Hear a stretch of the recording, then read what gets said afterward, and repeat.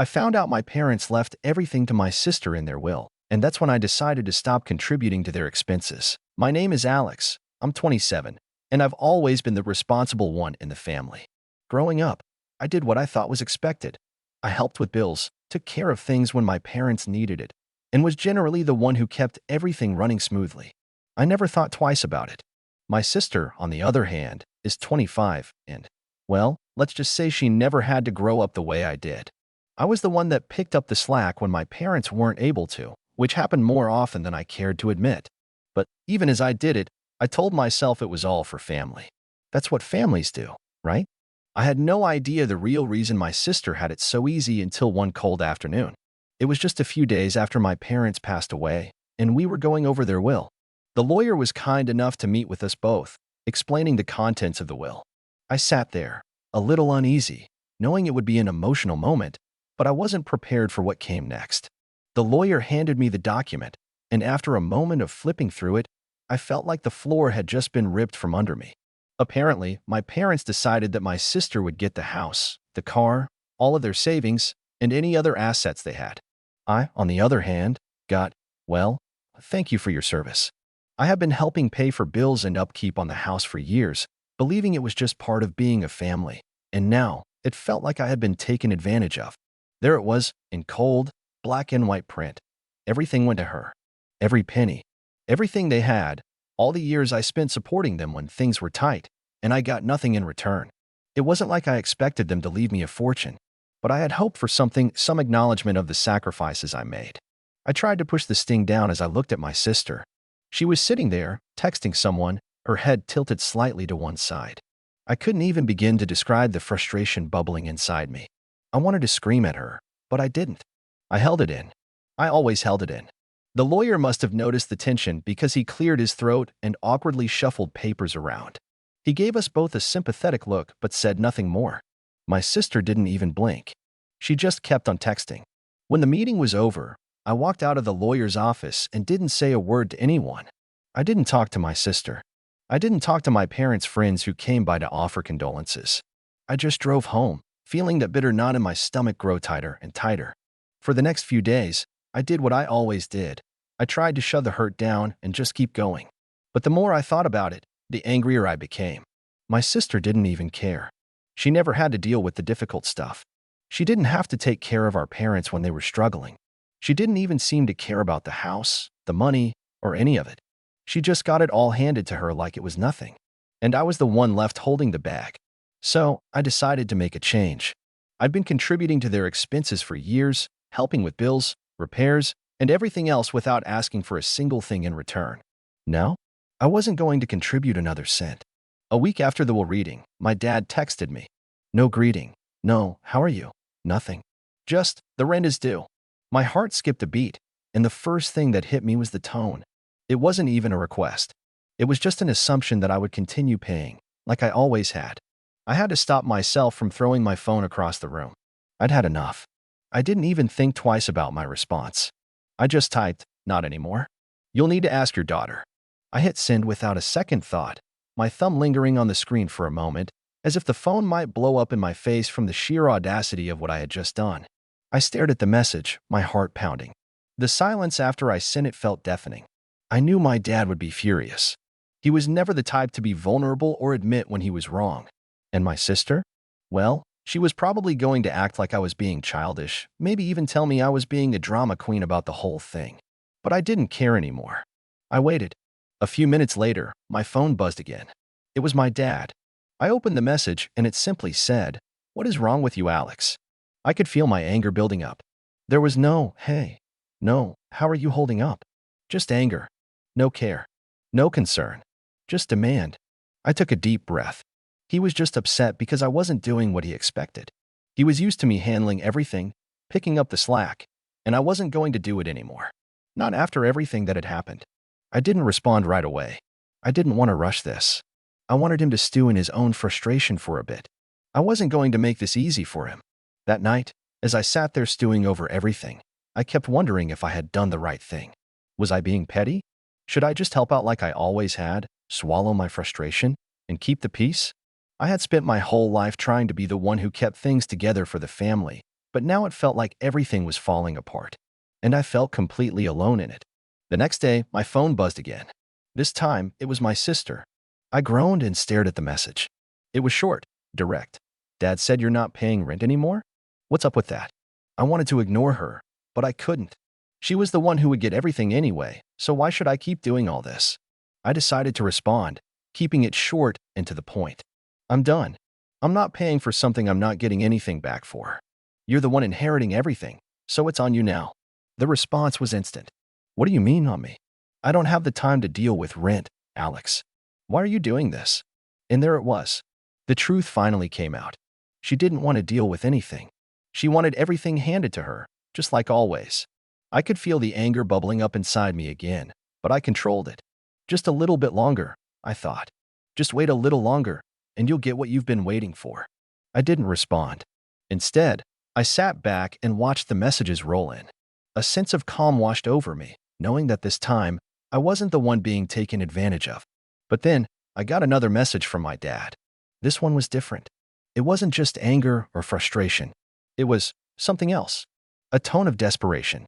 The message from my dad read, Alex, please. We've been through so much together. Your mom would have wanted us to keep this together. I can't do this without your help. I stared at the screen, my thumb hovering over the reply button. The message hit me harder than I expected. I hadn't thought about how he would react to my decision, not like this. The part about my mom, though, his plea, it felt real. For a moment, I almost felt guilty. Was I being too harsh? Had I gone too far? I remembered my mom's comforting words, the way she always told me to take care of my dad. She always tried to keep the peace, tried to make us a family again after every blow-up. But then, just as quickly as the doubt crept in, the anger flared back up. My mom had always been the buffer between me and my dad. She had always been the one to smooth things over when he was demanding, when he made me feel like I was just an extension of what he wanted, instead of me being my own person. I remembered the nights where I'd sit by her side after an argument with him, and she'd quietly remind me that it was okay to be frustrated, that I didn't always have to shoulder the responsibility for everything. It hurt. It hurt more than I wanted to admit. My mom was gone now, and that meant I didn't have her there to help me understand what to do anymore. I closed my eyes for a moment, breathing deeply as I wrestled with my emotions. The messages from my dad kept coming in, but I didn't open them right away. Instead, I let the silence between us stretch, giving myself time to think.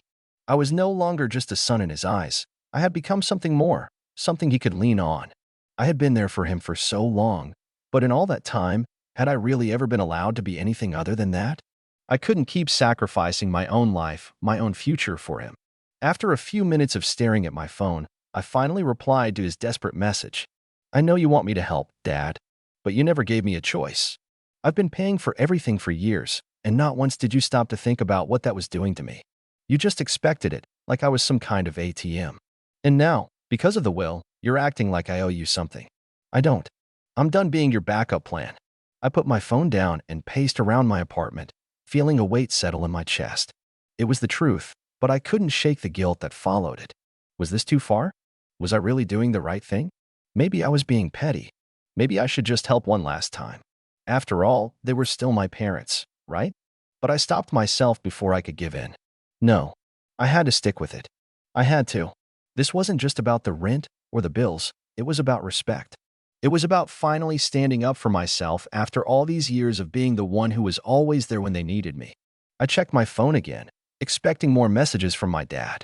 And sure enough, they were there. But this time, the messages were different. Alex, please, don't do this. I know we've had our issues, but we're family. Your sister, she's not ready for this responsibility. You know she isn't. I froze. His words hit me like a ton of bricks. There it was. The unspoken truth that I had known all along. My sister wasn't ready for any of this. She had never been expected to be the responsible one. She was the one who always got a free pass, who never had to deal with the hard stuff. My dad had always known that. And now, he was trying to guilt me into fixing it because he couldn't rely on her. Don't act like this is the first time you've asked me to pick up the slack, I typed back, my fingers trembling slightly. You've always relied on me, Dad. And I've always been there, but not anymore. You'll have to figure it out on your own. I hit send and immediately regretted it. The finality of it all hit me in a wave, and I felt an odd sense of emptiness. What had I just done? I couldn't take it back now. The response came quickly. You're making a huge mistake, Alex. You don't want to do this. I'm begging you. I stared at the message, my mind spinning. But it was the last line that really got to me. I've never asked you for much, but I need you now. The words pierced through me like a knife. I had spent my whole life feeling like I was always the one who had to be there, the one who had to sacrifice for the family. And now, even after everything, I still couldn't get out from under that weight. The guilt gnawed at me. I set my phone down again, walking around the apartment, trying to breathe through the waves of frustration. I could feel my chest tightening. I hated this. I hated that this had to happen. But I wasn't going to let him manipulate me anymore. This was my chance to take control of my own life. A few hours later, as the evening sun began to set, I received another message from my sister. This one was different, though. This time, she didn't ask about the rent or what I was doing. Instead, she simply wrote, "Dad's freaking out. He says you're abandoning the family." I sighed. Of course, that's what he would say. He always had to turn it into a bigger drama. I could already imagine her face, the way she'd act like everything was fine, like nothing had changed. But something had changed. Something had snapped in me, and I wasn't going to be the one holding everything together anymore. But then, the next message came, and it caught me completely off guard. "Alex, can you at least talk to me about this? I don't want to lose you too." It was the first time my sister had ever reached out to me like this, genuinely. I could almost feel her vulnerability through the screen. I hesitated for a moment, unsure of how to respond. This was new territory. My sister had never been the one to show any real emotion before.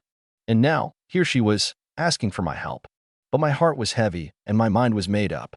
The phone in my hand felt like a weight, and I stared at it for what felt like forever. What was I supposed to say now? I stared at the screen for what felt like an eternity. My sister's words lingered, each letter seeming to pierce through the armor I'd spent years building around my heart. "I don't want to lose you too." Those words. I had never heard her sound so human, so vulnerable. It wasn't just about the money anymore. The rent, the bills, the house, none of that mattered as much as this new dynamic. My sister, who had always been the golden child, the one who could do no wrong, was finally showing cracks in her perfect little facade. She was scared, and I could feel that in the pit of my stomach. I wanted to reach out to comfort her, to tell her everything was going to be okay. But the reality of the situation was far from okay, and I had to remind myself why I was doing this in the first place.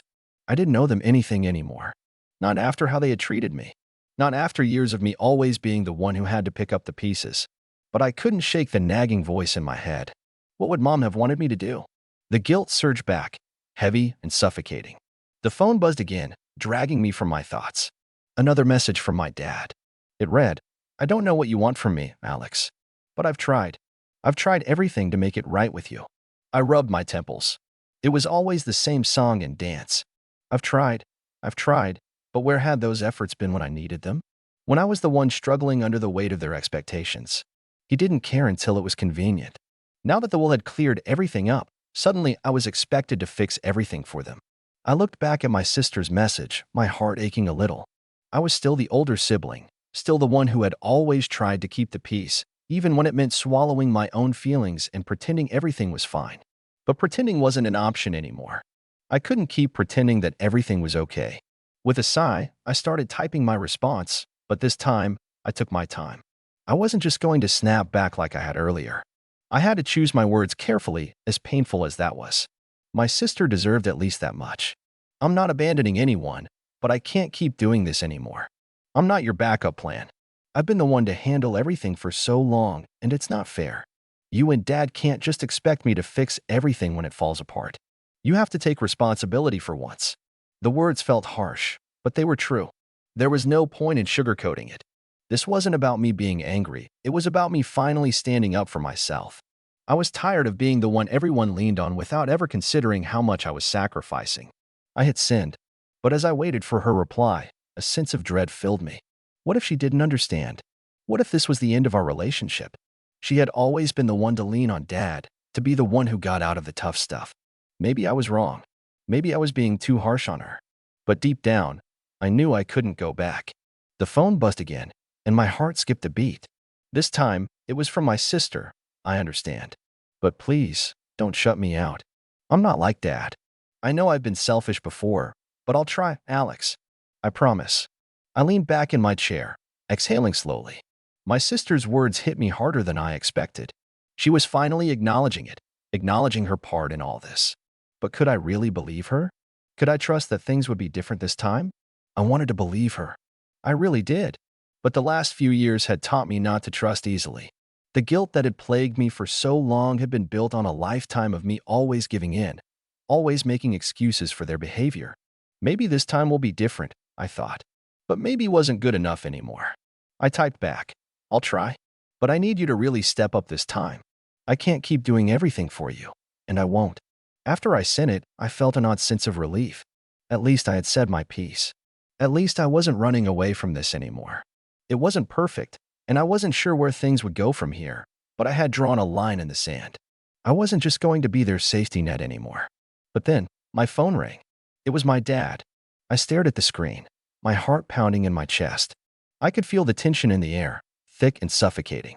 I had no idea what he was going to say, but I knew it wasn't going to be good. With a deep breath, I answered. Alex, listen, my dad's voice crackled through the phone. I know things are rough, but you've always been there for us. Always. Don't turn your back on your family now. You're the only one who can help us. I closed my eyes, the words swirling in my mind. You're the only one who can help us. That was the crux of it all, wasn't it? He had always relied on me, expected me to fix things when they went wrong, but never gave me a choice in the matter. Dad, I said, trying to keep my voice steady, I'm not your backup plan anymore. You can't keep putting everything on me and expecting me to just fix it. I'm not going to keep sacrificing my life to make up for your mistakes. I heard him sigh on the other end of the line.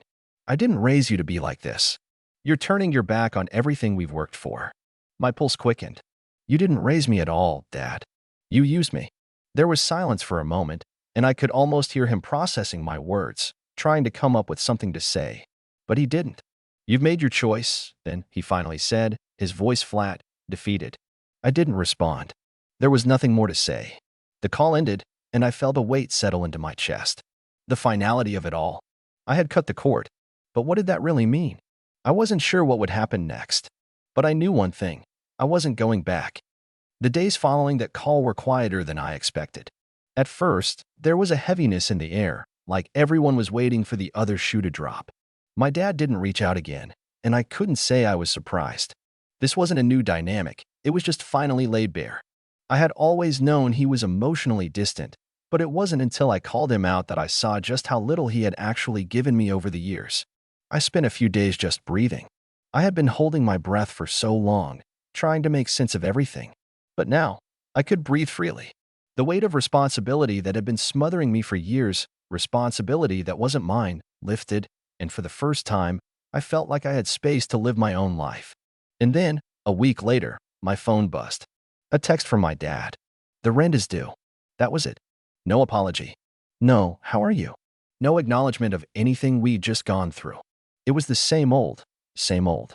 I stared at the text for a long moment, my heart racing. The old me, the one who would have just caved in, was trying to resurface. I could feel the urge to fix everything, to just pay the rent and keep the peace. But I fought it down. This was no longer my problem. I had drawn the line, and I wasn't going to let it get erased. I typed a response, but I wasn't going to just let this slide. I wasn't going to be his emotional punching bag anymore.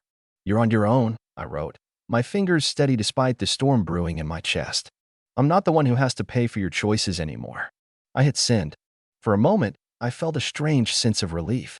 It wasn't just the money, it was the finality. The moment I had stopped being their backup plan, their doormat, their solution to every problem. It wasn't going to be easy, and I knew I'd have to live with the consequences of cutting them off, but at least I was living for myself now.